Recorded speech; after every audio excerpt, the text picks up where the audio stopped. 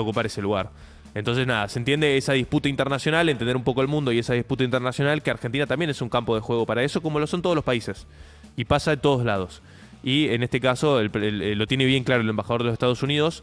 Y esto es importante. ¿Por qué? Porque Estados Unidos, y esto lo voy a explicar muy sintetizadamente.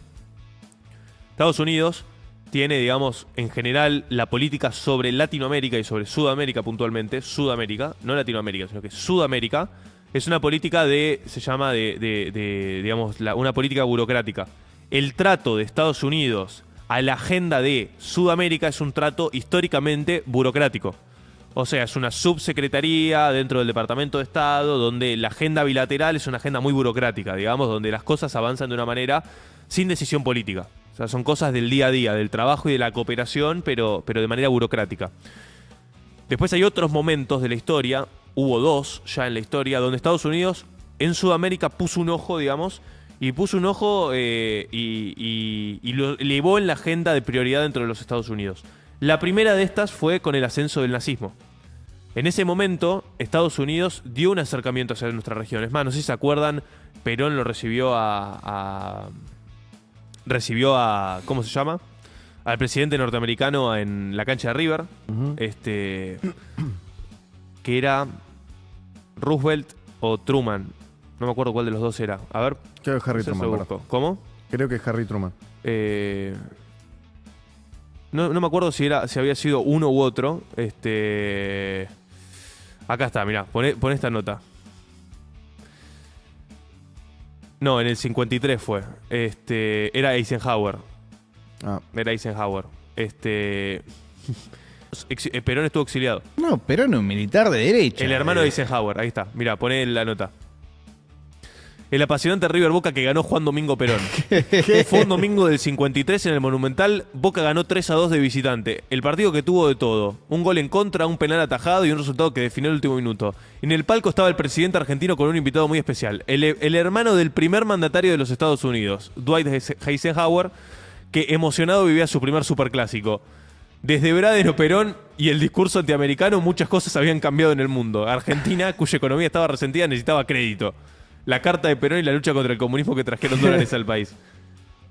Mira, poné ahí la nota, pero con zoom. Boludo, mira la cantidad de No, que tiene. es impresionante. No, sí, el puede ébola dar, que tiene. Se jugó un domingo y...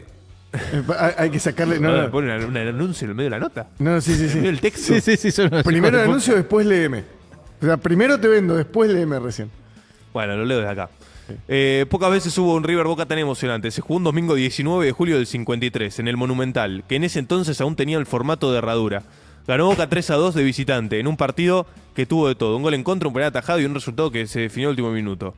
Los bosteros empezaron arrollando a River y se pusieron en ventaja con un gol de Elio Montaño.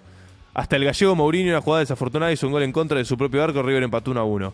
Un rato después, el árbitro inglés Sunderland dio un penal para los locales. Había un árbitro de Inglaterra encima. Hubo muchas discusiones y hasta un principio de gresca, lo que dio tiempo a que los fotógrafos que estaban detrás del arco atravesaran la cancha corriendo y se ubicaran al otro lado, a espaldas de Julio Elías Musemi. Ninguno quería perderse la foto del gol. Te sigue relatando el partido y demás. Y aunque había alguien más que estaba muy feliz por el extraordinario espectáculo que había protagonizado los jugadores. Era Juan Domingo Perón, por entonces presidente de la Nación. Y el motivo de su satisfacción no tenía que ver con el resultado, sino con la imborrable impresión de que el juego intenso y el ambiente popular habían causado que el invitado especial de esa tarde lo acompañaba en el palco de honor. Era Milton Eisenhower, hermano de Dwight Eisenhower, presidente de los Estados Unidos. Esto fue apenas 10 años antes. Los coroneles del GO habían gestado en el país el golpe de Estado que derrocó a Ramón Castillo, y en el 46 uno de esos coroneles alcanzaba la presidencia de la Nación, utilizando un lema propagandístico que haría historia: Braden o Perón. Braden era el embajador de Estados Unidos en ese momento. Pero bueno, se ve que Perón, mientras fue presidente, cambió de opinión. Sí. Y se sentaba a ver partidos de fútbol con el hermano del presidente de los Estados Unidos. Pasaron cosas, ¿no? Encima mirá la cara de Perón, estaba extasiado directamente. Y sí, se le hacía agua a la billetera. Boludo, no puedes sonreír más de lo que estás sonriendo. Además, Se está gijeando. Sí, se está gijeando, tal cual. Tal cual, es verdad. Porque se venía la platita. Se estaba Se gijeando. venía, se venía. La guita. Yo no sé de dónde sacaron los cucas que este tipo flameaba banderas de izquierda. No, Yo es impresionante. puedo entender. No, realmente no puedo entender porque además no tiene una sola característica de izquierda. Dwight Eisenhower, boludo, estaba en Estados Unidos haciendo caza de brujas a los comunistas. Con verdad. todo el macartismo, y estaba acá Perón con el hermano, lo más bien, saludando a los jugadores de fútbol con el hermano del presidente. Ni hablar de cuando recibieron a Franco. Digo, hay, digamos, Se exilió en el régimen de Franco. la evidencia histórica y empírica es absoluta. No se puede discutir. El tipo no era zurdo. De hecho, vos te acordás lo que le dijo a Cámpora. Me llenaste el partido. además ¿Le llegaste el partido? Pero, Sí, claro. pero además yo te digo una cosa. Perón estuvo exiliado. ¿Te acordás? Porque estuvo con el régimen de Stroessner en Paraguay. Sí. Después se fue a Panamá, que era el lugar de mayor influencia de Estados Unidos en Centroamérica. Siempre fue el patio trasero de Estados Unidos. Sí, sí, o sea, pero era literalmente el lugar donde tenían presencia total de Estados Sí. Unidos. Nicaragua, estuvo en el régimen de Nicaragua. Era, ¿cómo se llamaba el dictador de Panamá y de Nicaragua en ese momento? Súper conocido. No me acuerdo. Pero No, que era un salvaje, un carnicero era. Era un dictador bancado por Estados Unidos matando comunistas todo el día estaba. Después tuvo en Venezuela, después en República Dominicana, también otra super dictadura bancada por Estados Unidos. Y después tuvo en España, en el régimen de Franco, también bancado por Estados Unidos. O sea, todos dictaduras de derecha bancadas por Estados Unidos. Sí. Estuvo el tipo. Trujillo, ahí está, de Trujillo. Trujillo. Boludo, que era un carnicero. ese sí, Trujillo, boludo. ese era bravo en serio.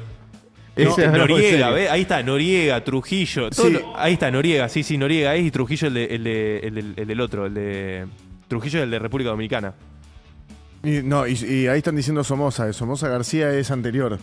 No, claro, Trujillo el de sí, República sí, Dominicana, claro. sí, acá estoy viendo. No, Trujillo el de y- República Dominicana, el anterior era Noriega.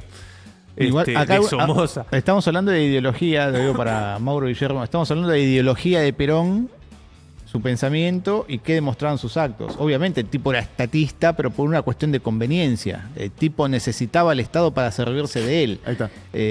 Pero internamente el tipo pensaba otra cosa, digamos, un oportunista político. Nada, un personaje total. Personaje total. ¿Viste? No sé por qué terminé hablando de eso, pero. Bueno, eso, la frase memoriosa que le dijo Perón a Cámpora, también. Me llegaste el partido de putos y comunistas. Me sí. llenaste el partido de putos y zurdos. O sea, esa fue la frase. Tengo que terminar con este partido de putos y marxistas. dijo y después. los echó de la plaza. Y los echó a la mierda. Váyanse de acá. Claro. Así que bueno, yo siempre lo dije, el kirchnerismo es más radicalismo alfonsinista. Es que el kirchnerismo no es el peronismo, no es peronismo. No. Pasa que no No, están no. dispuestos a asumirlo. Los no, peronistas. no están mentalmente preparados No, y no para tienen el aceptarlo. poder para hacerlo. En la interna de ellos, los peronistas, al peronismo lo cooptó el kirchnerismo. Sí. Y los peronistas no lo pueden entender. Y no lo pueden asumir. Y ven a Máximo Kirchner y dicen, este tipo es... No pueden ver. Ven a Mayra Mendoza y no dicen, no... No, sí. Ven ese tipo de dirigente, ni hablar de Grabois. Como Sí. una mezcla, digamos, de todo. Es como un licuado de los 70, ¿me entendés? El kirchnerismo hoy, el peronismo hoy. Es un licuado de los 60 y los 70. O sea, tenés Claro. a todas las representaciones de Perón, a todas las representaciones de Montoneros, de Lerp, que en ese momento estaban todos peleados, digamos, y eran todos Sí. incoherentes, y ahora están todos, todos amigados. Y a todo eso sumale, ¿no? Que no solamente le indilgan ideologías y valores que el tipo nunca tuvo, sino que además ni siquiera era democrático, porque el tipo lo primero que intentó hacer para llegar al poder fue un golpe de Estado. Digo, muchachos, la ficción que vendieron los cucas con este tema es increíble, ¿no? Sí, ahí dicen que Roosevelt vino a la Argentina en los 30 durante el gobierno de Justo. Eso es cierto. Y hay una anécdota de que Argentina, vos por esas cosas, viste, que Argentina justamente casi entra en la Segunda Guerra Mundial en favor de los aliados. Iba a entrar con Estados Unidos. Hay un intercambio de cartas entre Roosevelt y Justo. Y si no me equivoco, lo que termina pasando es que Justo se enferma y se muere. Justo. Y nunca se termina de hacer. Pero Argentina estuvo al borde de entrar a la Segunda Guerra Mundial con Estados Unidos, digamos. Y eso hubiese generado para Argentina... Está bien, entras en una guerra mundial, en ese momento no sabes qué pasa, pero casi sucede. Y como se terminó muriendo el presidente argentino y en el intercambio, después el go y demás, se termina aplazando todo y se diluye la posibilidad. Sí.